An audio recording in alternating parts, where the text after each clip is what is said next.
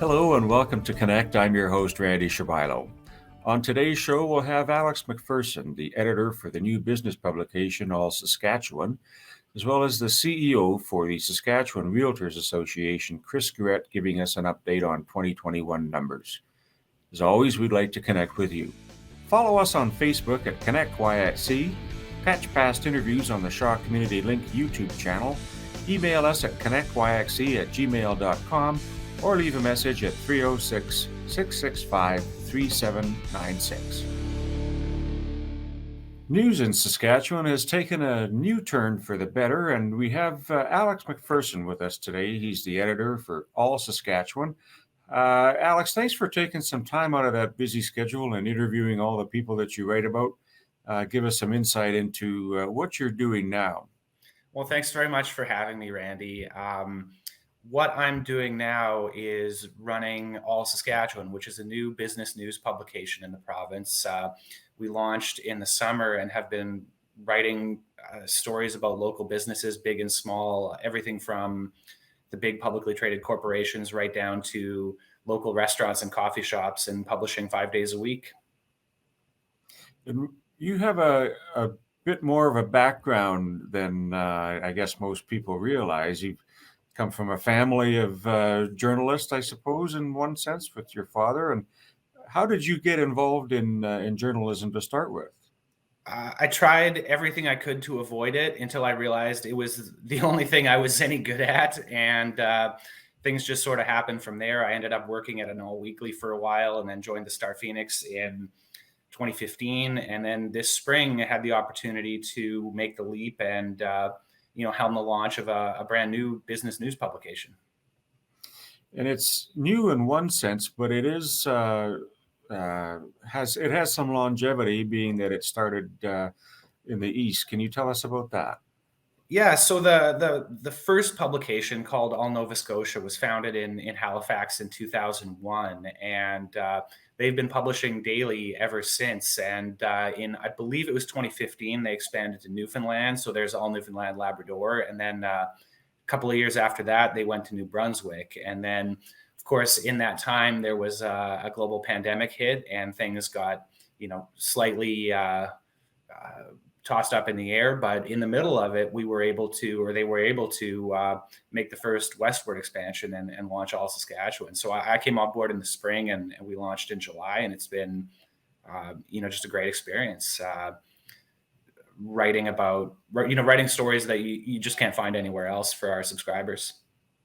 And is it just yourself, or do you have a team or some other authors and journalists that you can draw their expertise as well? Yeah, the editorial side, there's 6 people, including 4 reporters on the ground in Saskatoon and Regina. And when we look at that's almost 20 years, I guess, of history there coming this way. We're calling it a publication, I guess, of sorts, for the lack of a definition, but it's not a tangible physical newspaper. This is only online. Yeah, it's online. So people either read it on their desktops or on their phones. We rolled out a new app that is available through Apple and Android a number of weeks ago. And it sort of has all the hallmarks of a newspaper. You get a diverse mix of stories 5 days a week, but it is a digital publication. And are we able to share those stories with other people? If I capture something and I like that and I want to let my friends know about it, is there a way that I would be able to let them know about it, or can they There isn't. We use a business model that is, I think it's fair to say, a bit unusual in Saskatchewan, at least. But we're a subscriber-based publication, and our stories are available, only to our subscribers. Understood. And if your stories come to you, do you go to them, or how do you form the basis for what you write about? Well, it's a mix. Certainly things happen and get announced. Public companies put out news releases, and you find things in a variety of ways. Other times, people will give you tips, and you'll sometimes just in this business, walking around and keeping your eyes open will yield the very best stories. So it's a range of things, but what we found so far is there's certainly no shortage of things to write about. Saskatchewan's economy has been, taking a beating over the last couple of years in some ways, but in other ways, there's really a lot going on. I think many of the plans that were shelved in 2020 are back on the table. For instance, all of the natural resource prices have been through the roof in the last number of weeks and months. So certainly lots of activity on that front. Construction is booming. And then there's other sectors too that have faced challenges. I think probably restaurants and hotels, chief among them. And we're writing about it all. I think that's one of the things that I've garnered from reading it this last half a year, I guess, that you've been out and about. Uh, there were so many things that I'm reading that I didn't know about, not only in my city but the province. And I find a lot of the stories are some are personal. They deal with those executives and some of the staff and managers of different businesses. What is your general takeaway from what you're seeing now that you're on your own doing this for all of Saskatchewan?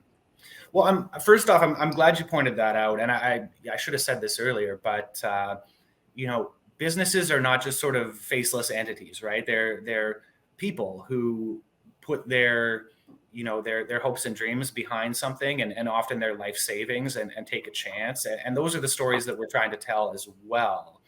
But what I've found is that the economy right now it sort of depends on where you look. For instance, there's piles of new players and money flowing into northern Saskatchewan amid high uranium prices, and that's obviously money being spent, but there's sort of economic benefits for that spin out from those. From that spending on mining exploration into northern communities and companies that are working up north and have been for years or decades. On the other hand, I think the hotel sector has been very challenged and will probably continue to be for some time. But again, many of the hotels in the province, they're not just a building; they're owned locally often and staffed by people from these communities. So there are. It sort of depends on where you look, but I think there are things happening in every sector right now. I think that's good that you brought that up, because there are many that tend to portray the businesses as cold and heartless, but we're seeing philanthropic efforts by business owners, some managers, and whether they're local or publicly traded and so on. I find that personal aspect that you're bringing in, to your publication very encouraging. And I guess as a longtime resident of Saskatchewan, I'm, used to wheat and potash, but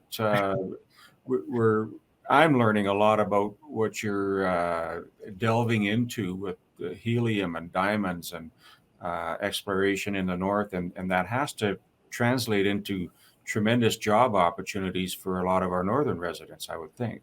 Yeah, I don't think there's any question about that. Certainly, northern Saskatchewan it's been a tough decade since the Fukushima disaster, no question.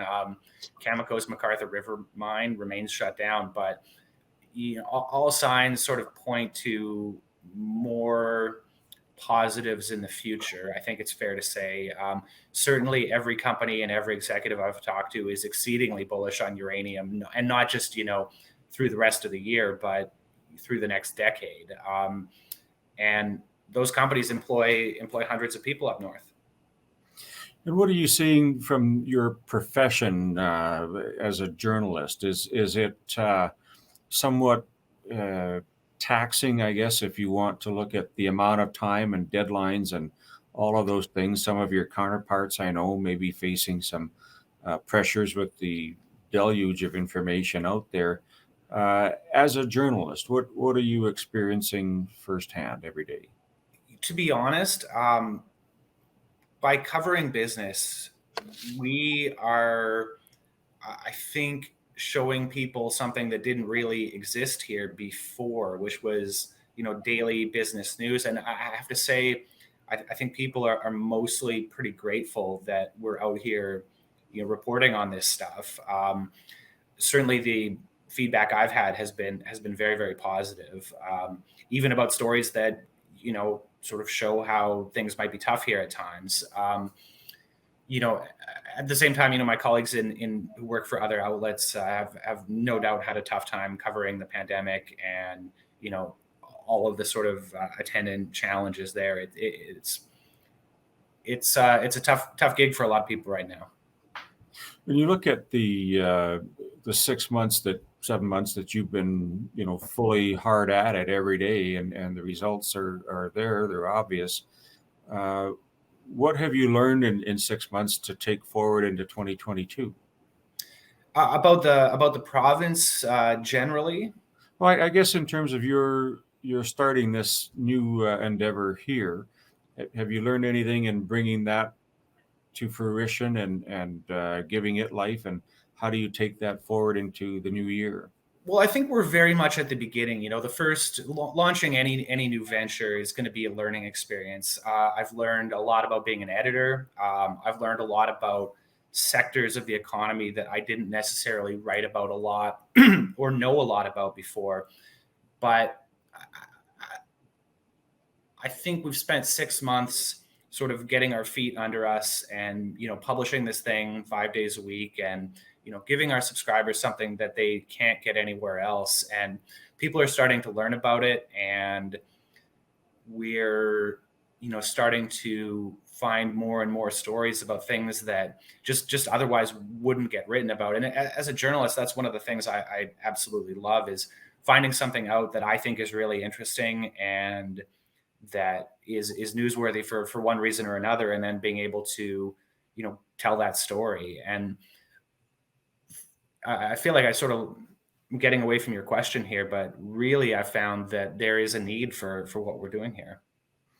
Well, it's very obvious that many are picking up on it, the success out east and now here.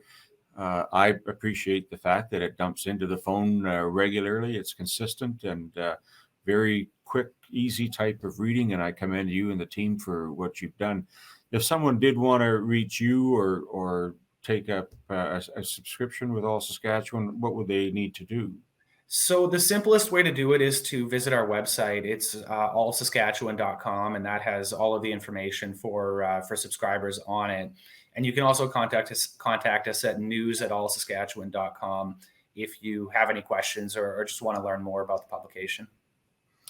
Alex, I want to thank you for being so bold as to step out and bring this to us, and best of luck in the upcoming year here for you.